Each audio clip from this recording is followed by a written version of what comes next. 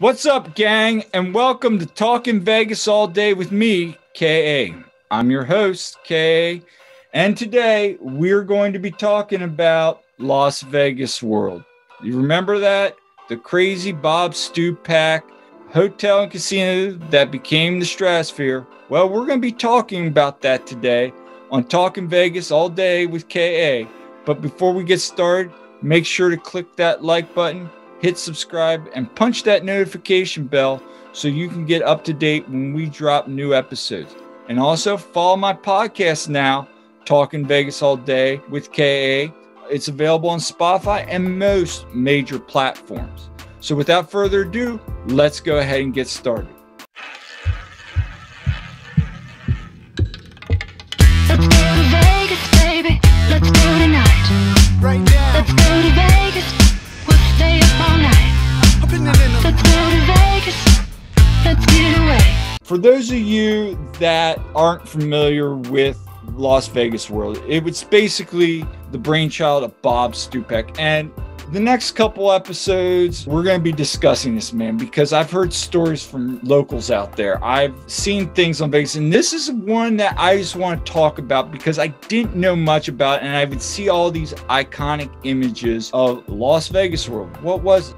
I did some research into the man and also into this place, and it was definitely a unique hotel and casino, and I kind of wish it was still around, and some people I've talked to have said the same thing.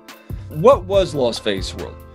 Well, it was an outer space themed hotel and casino that's located where the Stratosphere is today. And it was owned by Bob Stupak, who had owned the property, and he opened the doors in around 1979. The 90-story room, 8-story tower that was built onto what was a pre-existing casino opened its doors on July 13th, 1979. At the cost of $1 million, which is really cheap today.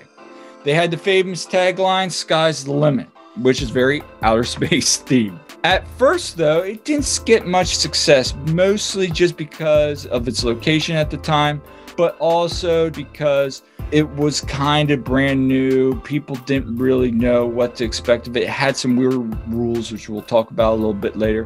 It was only making $7 million in its first year. When it opened, I said $1 million for the tower.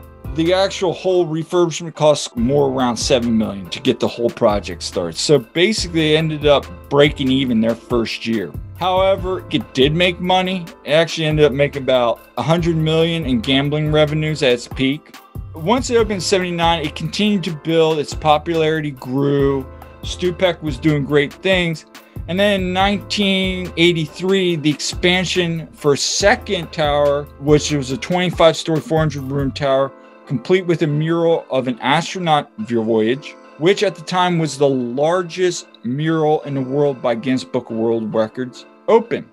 We keeping with the outer space theme. What made this casino so crazy? And well, they had these weird games. The casino featured crapless craps, a blackjack variation known as Double Exposure 21, which was introduced when it opened, that became a popular game in many other Vegas casinos during and even today. And then even as of 1980, during that time, Vegas World was the only casino to offer triple odds on craps. The casino was considered to be innovative and offering no limit wagering and gambling coupons. So they had some weird rules, no limit gambling, and these coupons. And some of these coupons were for odds, some were for 2-for-1 blackjack, just a lot of innovative things at the time. So while some hotels and casinos didn't like it, a lot of people did. Also offered automobiles as jackpot prizes, which was also used later in other casinos. And the theming of the casino, satellites, astronauts, and planets. It was more of like a big outer space collage from what I've seen and from what people have told me about this place. They even had a massive Star Trek Enterprise themed big 6-wheel that they used as well during that time. The sign that they erected was also reported to be the largest sign in Las Vegas. And this thing was beautiful, and you'll see a picture right there. Some other notes during his time in 84, a stuntman named Dan Coco set the world firefall record when he jumped off the hotel roof as part of a stunt, plummeting 250 feet wearing a flame-resistant suit that had been set on fire. You know how much he was paid for that? $1 million, directly from Bob Stupak. So he was doing some really cool things, which we're going to talk about, which ran into some problems. Another cool promotion he did. Bob Stupak ran a national media campaign to get people to come to his hotel, where he offered them 3 days and 2 nights stay in Vegas World for free. Well, the Las Vegas Gaming Commission and Nevada Gaming Commission found out about this, and they launched an investigation, and basically they settled it. However, he kept doing it, kept running these advertisements. So what did Bob do? Bob said, okay, well, they're not getting a free vacation. They have to pay me $396 to stay here. Well, you know what he did in exchange for that? Customers would receive $400 in cash and other benefits. Now, I couldn't find what these other benefits were. I would imagine they would be maybe some free gambling, maybe a free meal at the buffet, some shows. I don't know. But the fact that he says to them, okay, $396, see, they're paying. And then turns around and goes, oh, by the way, you're making a $4 profit on this. That cracked me up. So then again, in 89, he planned a new 1,000-foot neon Vegas World side, which was going to basically be what evolved into the Stratosphere Tower. That would include elevators leading up to the observation deck. He wanted it to become the new local landmark. The reason he said is, I want this to be like the Empire State Building, like the Space Needle. Well, let's be honest, for all of you who know that, the Stratosphere Tower looks exactly like the Space Needle. So he used this third option there. It was approved in 1990, at which point Vegas World had become the largest personally owned resort casino in the world. So Stupak was having a lot of success with this. And also in 1990, they added a new wing and a 25-story hotel tower. And that's pretty much where the building ended. By the end, the place had about 932 rooms. However, then in 91, on May 30th, the iconic Vegas World neon sign blew over in a massive windstorm, and sadly, it would cost too much to repair.